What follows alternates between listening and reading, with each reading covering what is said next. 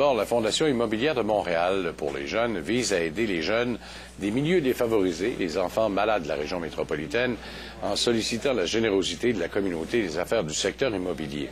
Alors, pour faire le point sur les défis de la Fondation, on reçoit sa présidente, Renée Vézina, qui est également membre active de CREW Montréal, une association faisant la promotion du succès des femmes en immobilier commercial. Madame Vézina, bonjour. Bonjour. Ça a été fondé il y a 11 ans, cette Fondation pour les jeunes. Parlez-nous un peu de la Fondation et de ce qu'elle fait exactement. Alors, elle a été fondée au départ en 2001 au sein de la compagnie pour laquelle je travaille, qui est le groupe immobilier Oxford. Mais très vite, ça a pris beaucoup d'ampleur et on a décidé de la transférer à l'ensemble des intervenants en immobilier. C'est donc devenu la Fondation immobilière de Montréal pour les jeunes. Et c'est une fondation, finalement, qui tente de rassembler tous les intervenants en immobilier, donc les propriétaires, les gestionnaires, les fournisseurs de services comme une compagnie de nettoyage, par exemple, les professionnels, bon, les avocats, les courtiers.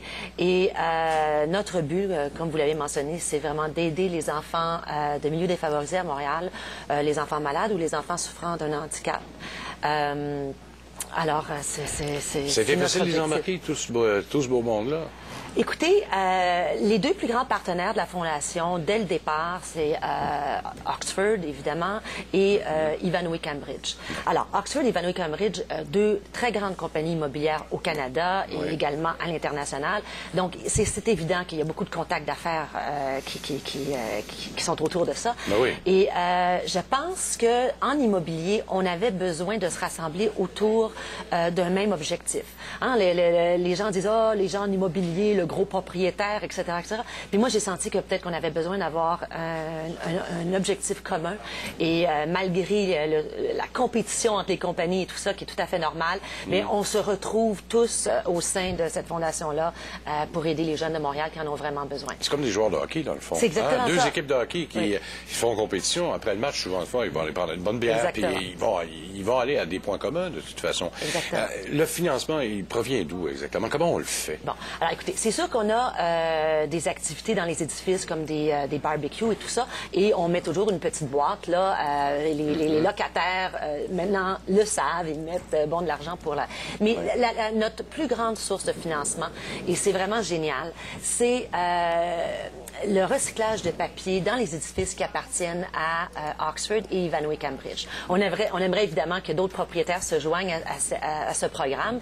Alors, ce qui arrive, c'est que les locataires recyclent leur papier dans les bureaux et le papier est vendu à des compagnies de recyclage. Et Oxford et Ivanhoé ont accepté de remettre les revenus mensuellement à la Fondation. Alors, c'est génial parce qu'on n'a pas besoin de frapper aux portes régulièrement. C'est un revenu qui nous arrive comme ça régulièrement. Évidemment, le prix du papier peut changer nos revenus d'une année à l'autre, mais pour le moment, depuis 11 ans, ça fonctionne super bien. Mais vous avez quand même ramassé quoi, 720 000 Ah non, on est en haut de 2 millions. En haut de 2 millions jusqu'à maintenant, quand même. Oui. Qui rachète votre papier? Est-ce que ce sont des recycleurs québécois qui le rachètent? Alors ce sont des compagnies la chaîne se poursuit tout le temps. Exactement. Oui, tout le temps. Pourquoi on a décidé de mobiliser la communauté immobilière? Là, vous allez me dire, c'est à cause d'Oxford, mais ça va plus loin que ça encore. Bien, écoutez, à Montréal, on détient le triste record de pauvreté juvénile. Et la Fondation immobilière, on s'est dit, on va se concentrer sur des projets immobiliers. Alors, on va être capable d'aller chercher les ressources qu'on a, la construction, etc.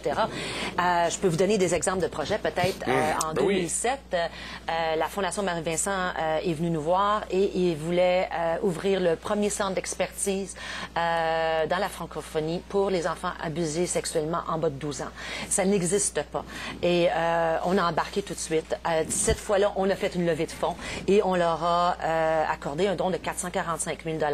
Une fois que le gouvernement a su qu'on était en arrière pour le brick et le mortier, ils ont embarqué et depuis ce temps-là, le centre d'expertise Marie-Vincent existe. Mais ça doit être facile. Ça doit être plus facile d'aller chercher le gouvernement. La ACTQ est avec vous. Fait que c'est une branche gouvernementale, dans le fond. C'est la branche immobilière du gouvernement. Oui, mais ils sont quand même assez indépendants dans leur... Oui. Là, ACTQ, maintenant, c'est devenu Ivanhoé Cambridge. Oui, effectivement. Oui, non, mais le gouvernement, en autant que je sache, ne sont pas en arrière de cette démarche-là de la Fondation. Là.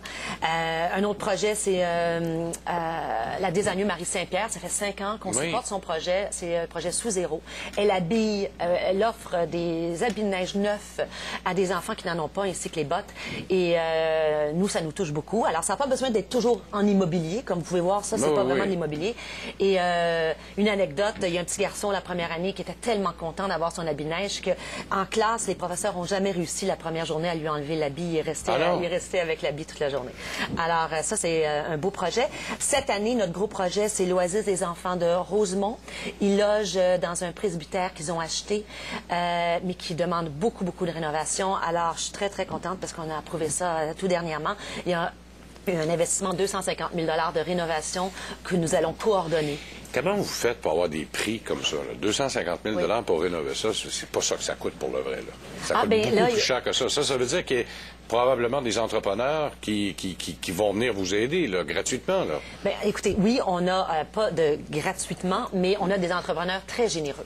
Et c'est justement ça le but de la Fondation. Alors là, on a demandé à quelqu'un, ainsi qu'un architecte, d'aller faire toute une évaluation, un estimé, et de nous donner, les travaux urgents, les travaux à moyen terme et les travaux long terme, incluant une cour de jeu et tout ça. Et finalement, on a approuvé tout le projet au complet de façon à ce que ces jeunes-là, qui sont accueillis avec grand cœur à l'Oasis des enfants de Rosemont, aient en septembre là, un nouvel endroit tout neuf et tout rénové. Bien, justement, ça m'amenait à la prochaine question. Le mois de septembre, c'est toujours votre bal, le fameux bal masqué. Oui. Alors ça, c'est aux 2 ans. Oui.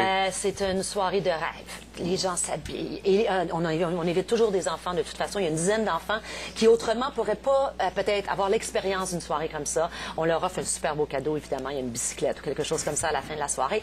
Et cette année, il y a une prestation des jeunes musiciens du monde qui est un band de l'École des jeunes musiciens du monde, qui est une école de musique qui offre des cours gratuits dans Hochelaga-Maisonneuve. Alors ça, c'est très excitant aussi. Alors, ils vont en faire une petite démonstration. J'aimerais que vous me parliez un peu de votre travail. Vous êtes aussi vice-présidente affaires juridiques au groupe immobilier Oxford. Comment ça fonctionne? Parlez-moi un peu. Bon, mais écoutez, c'est sûr que, alors moi, je suis responsable chez Oxford de l'Est du pays. Alors, je suis responsable dans toutes les catégories. Alors, on a des bureaux, on a du résidentiel, on a des hôtels et je suis également responsable de tout ce qui est résidentiel pour l'ensemble du pays au complet. Alors, c'est un emploi que j'adore, mais qui est très prenant. Et des fois, les gens me demandent, mais alors, la Fondation, tu t'investis beaucoup de temps, alors comment tu... Faites comment pour concilier... Écoutez, moi, je considère que j'ai été chanceuse dans la vie. Puis, il y a 11 ans, quand j'ai fondé cet organisme-là, je me suis dit, la souffrance des enfants me touche beaucoup. Je suis le genre que s'il y a un enfant qui pleure dans un centre d'achat, qui est brassé un peu par son parent, j'ai la misère à pas intervenir. Alors, je me suis dit, il faut que je trouve un moyen d'aider les enfants à Montréal qui sont abusés ou qui sont pas aussi chanceux. Il y aura plus de personnes comme vous, René Vézina. Merci beaucoup encore une fois. C'est moi qui vous remercie. Merci beaucoup. René Vézina, qui est président de la Fondation immobilière de Montréal pour les jeunes. On revient dans un instant tout de suite. Découvrez